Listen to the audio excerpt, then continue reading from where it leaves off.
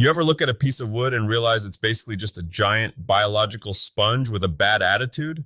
That's a very romantic way to start a Monday, Tiger. Usually you're praising the soul of the oak or something. Well, the soul of the oak was trying to ruin my life yesterday. I was working on that white oak sideboard, beautiful cathedral grain, right? I swiped some dark walnut stain on a drawer front, and I swear the wood just swallowed it whole in one spot and acted like it was waterproof in another. It looked like a Dalmatian having a midlife crisis. And this is coming from the man who says he could read wood grain like a Sunday newspaper. What happened? I got cocky, Alex. I rushed the prep. I thought I could skip the 150 grit and jump straight from the coarse stuff to the finish line. It's the classic blunder. Today, we're talking about staining.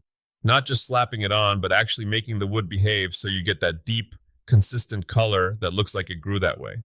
Okay, so before we even touch a rag to a can of Varathane, let's talk about that sponge analogy. Why does it go blotchy? Why does one board look like $1,000,000 and the one right next to it looks like it was colored with a dying Sharpie? It's all about the pores. Think of wood fibers like a bunch of tiny drinking straws bundled together. If those straws are crushed or clogged with old glue, or, heaven forbid, you didn't sand them evenly, they're going to take a drink of that stain at different speeds. So the sanding isn't just about making it feel smooth to the touch? Not even close. You're opening the windows. If you sand too fine, too fast, you actually burnish the wood. You polish it so much the stain just slides off like water on a waxed car.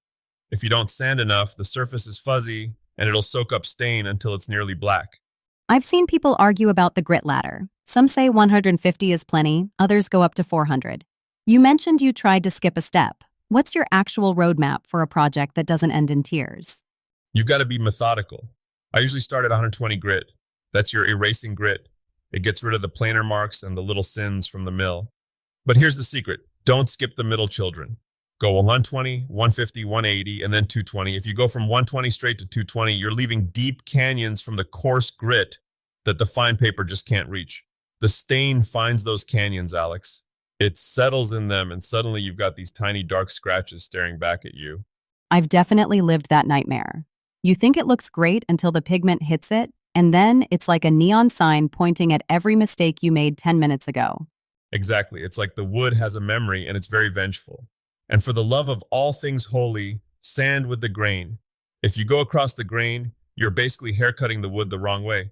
You'll see those swirl marks from an orbital sander the second you apply an early American or a briar smoke tone.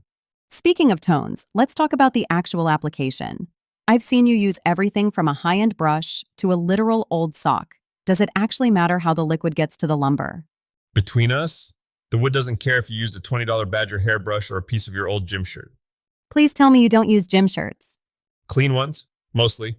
Look, for something like a Varathane oil-based stain, I actually prefer a lint-free shop rag or a foam brush. The key isn't the applicator, it's the movement. I like to work it in using a circular motion initially, really force it into those straws we talked about, but then you have to finish by wiping in long, smooth strokes with the grain. And the wipe-off time? Because I've definitely left it on too long thinking the longer it sits, the richer the color, only to end up with a sticky, tacky mess that never dries. Oh, that's the fastest way to turn a project into a giant piece of flypaper. Most people think of stain like paint. It's not. It's a dye job. Whatever the wood hasn't absorbed in a few minutes, it's never going to absorb. You've got to wipe away the excess immediately. If you let it sit and film up on the surface, you're building a foundation of sand. Your top coat won't stick, and the color will look muddy. So, if I want it darker, I shouldn't just let it sit there for 20 minutes? No way. If you want depth, you either choose a naturally darker pigment, like dark walnut, or you look for a high-performance stain that's designed to get you there in one shot. That's why people love the modern formulas. They've got more pigment packed into the liquid, so you aren't doing the four-coat dance just to get a hint of brown. I've noticed you have this little cheat sheet board hanging on the wall. A scrap piece of pine with 10 different colors on it. Is that just for show? That's my save my butt stick.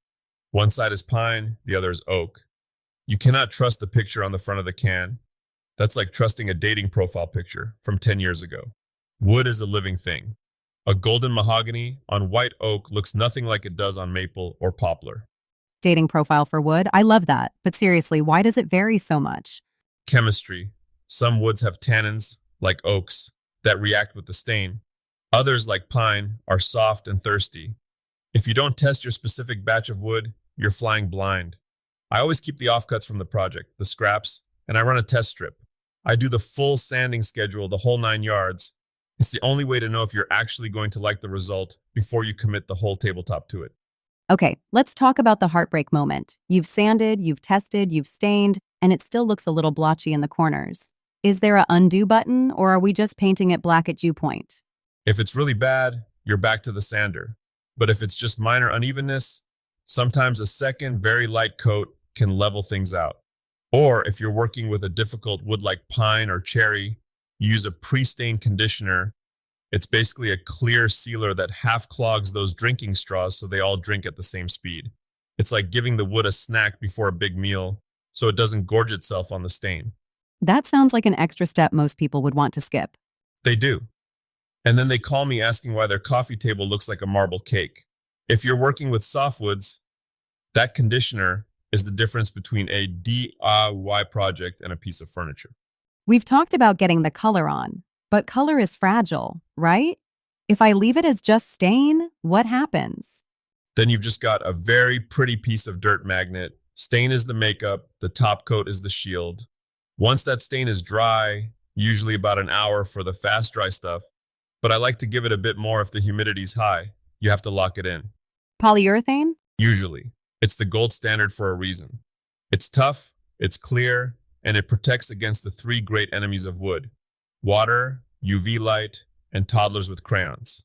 You can go matte, satin, or gloss, but you have to put something over that pigment or it'll eventually fade or rub off on your clothes. You know, I think the biggest takeaway here, other than not using your gym socks, is that staining is 90% preparation and 10% actually moving the rag. You hit the nail on the head.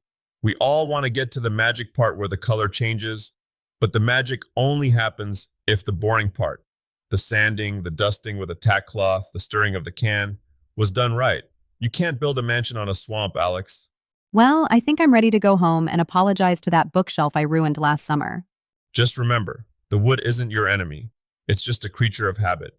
Treat it with a little respect, follow the grit ladder, and give it a good wipe down. It'll usually return the favor. And for heaven's sake, stir the can. Don't shake it. Shaking adds bubbles. Bubbles are for baths, not for tabletops. Noted, no bubbles, no gym socks, no skipping the 150 grit. I think we've got a plan. That's the spirit. Now, let's go see if we can save that sideboard before the sun goes down.